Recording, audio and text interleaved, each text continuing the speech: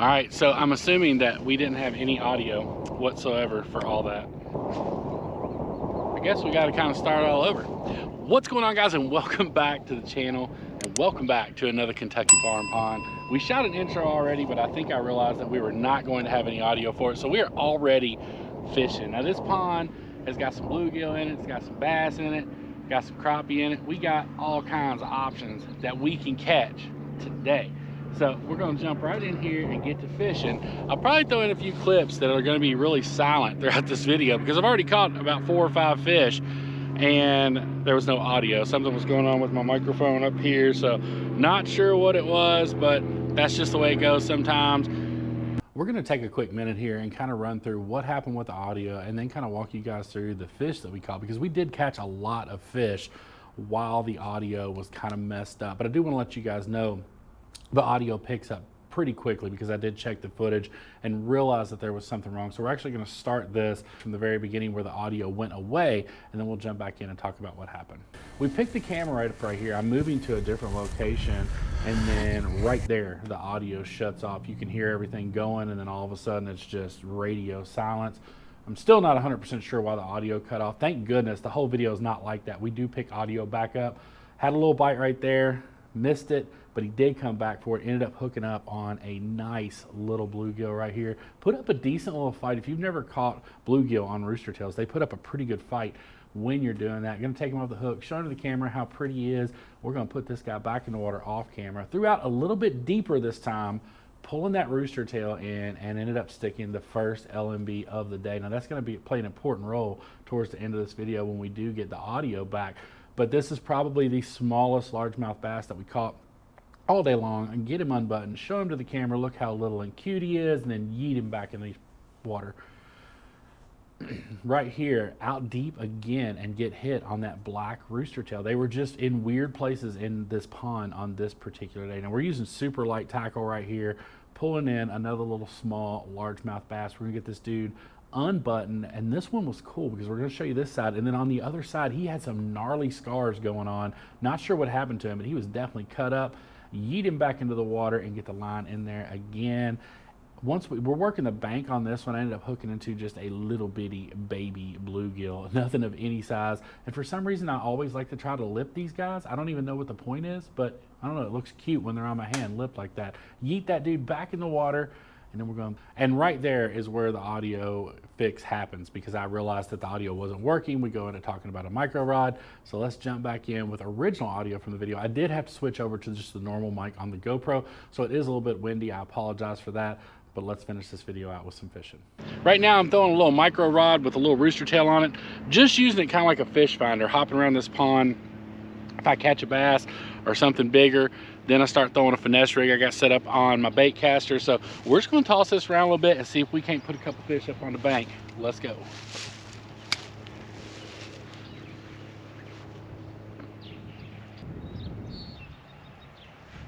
There we go, a little fish.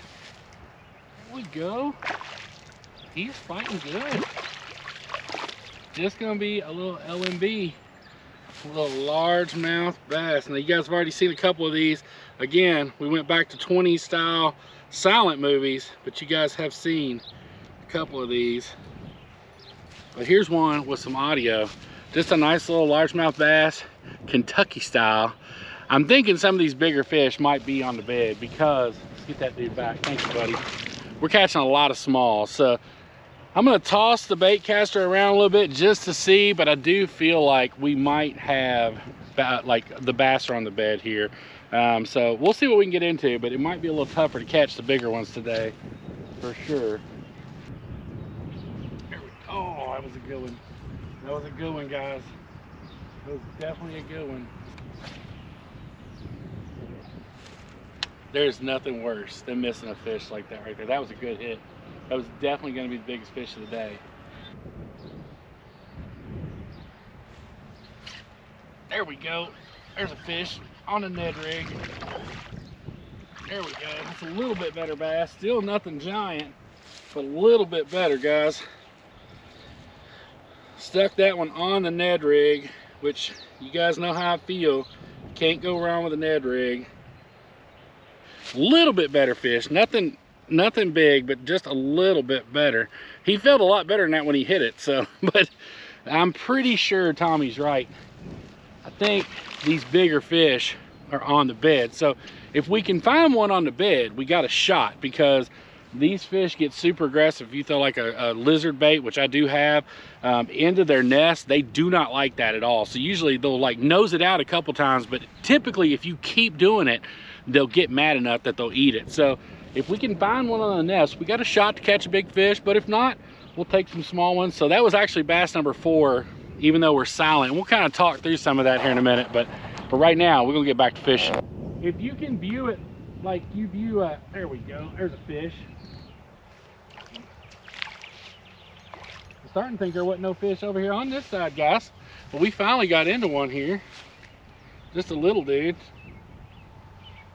Just a little bitty bluegill there, y'all, but hey, we're catching a lot of fish, so I ain't mad at all.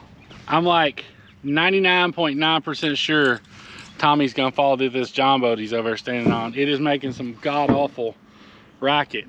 So if he does fall through, I will show y'all, I promise. There we go. That's a better fish right there, guys. That's a better fish. That's a much better one right there.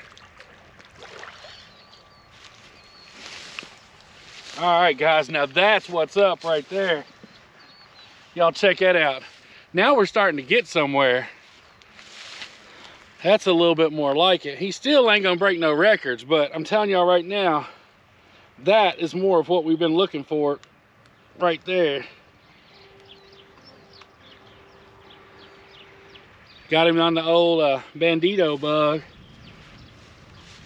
Y'all check him out. That's a nice little solid 2-pounder right there. And they, golly, man, look at their tails. If y'all know anything about bass fishing, these bass are definitely spawning. I mean, they are fanning like crazy, tails all jacked up. But that is a nice largemouth bass. Easy 2-pound fish right there. Let's get her back in the water so she can do what she needs to do. Thank you, Mama. Thank you so much. That's more like it, guys. That's what we were working for right there. That is much more like what we were looking for. That makes me feel better that we were able to put a little bit bigger fish on the bank. Hopefully we can hook into another decent little bass here. We might have already caught 6 bass. I want to say we have. That might have been bass number 5 though. I don't know. But I'm pretty sure, I know at least the next one will be our 6th bass, and we can crack a cold one with old Eugene. Y'all know what's up.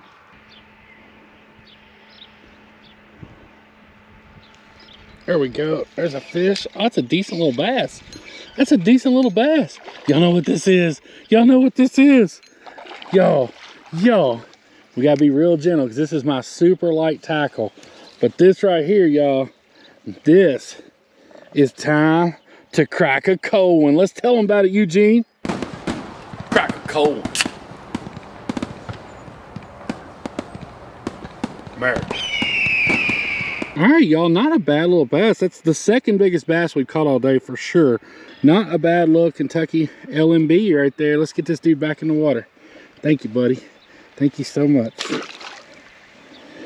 Well, I fished until the battery went dead. Once the battery died, I came back up to the car, went ahead and got everything put up. But hey, I am not mad. Anytime I can come out and bend a rod on one of these farm ponds, it's a great day, and I ain't mad about it. I'm gonna tell y'all, catching a 2-pound bass at a farm pond on what is fairly light tackle is just awesome. It was really the first time that I bent that Johnny Morris rod at all, because I've caught a couple little dinks with it down at Lake Shelby in Alabama, but it felt good to put a little bit of a bend on it, see how it do. And it did well. It did real well. A couple things I took away from this fishing day. One, it is crucial that you check your footage along the way. And I know it can kind of be a pain because it takes away from your time fishing, but had I not checked footage 10-15 minutes into this trip, the whole video pretty much would have been a waste because I wouldn't have had audio for any of it. And unfortunately, that happened to Brad. A lot of you guys follow Bearded Brad, was part of our group, and he filmed like 3 videos like back to back to back before he ever edited one, and then realized that that audio wasn't there. And that's just gut wrenching. When you put in as much work as we put into creating this content, it's terrible when you get back and everything's not there like you should, or if you have corrupted files, or if audio is not good. So the one takeaway I want to say from this is make sure you're checking your footage. If you're filming, or if you're whatever you're doing, if you need that footage for something, make sure you check it. Make sure your audio is good. Make sure you're not out of focus, something crazy going on. Make sure your lens isn't smudged. All that stuff is vital when you're creating this content. It's just a lot of people don't understand how difficult it is to do this. You have to not only have to make sure you're fishing and you're catching fish, and you have to make sure all your fishing gear is in line with, and making sure it's all up to date and how you need it to work. But you also have to make sure your camera equipment's working, and you have to make sure your cameras are turned on and that the audio's on. And it's just, there's a lot of moving parts when we go into making these, and it is a blast, but it is super gut wrenching if you make it all the way back to the house and you realize at that point that you had a problem.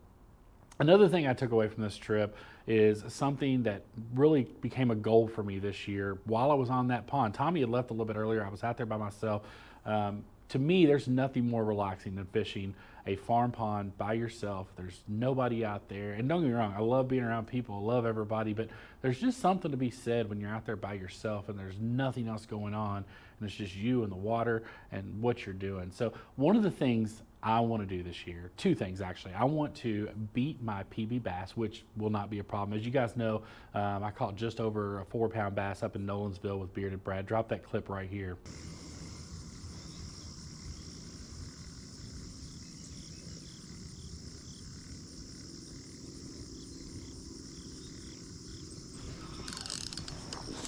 Yeah, baby. Not bad. Not bad.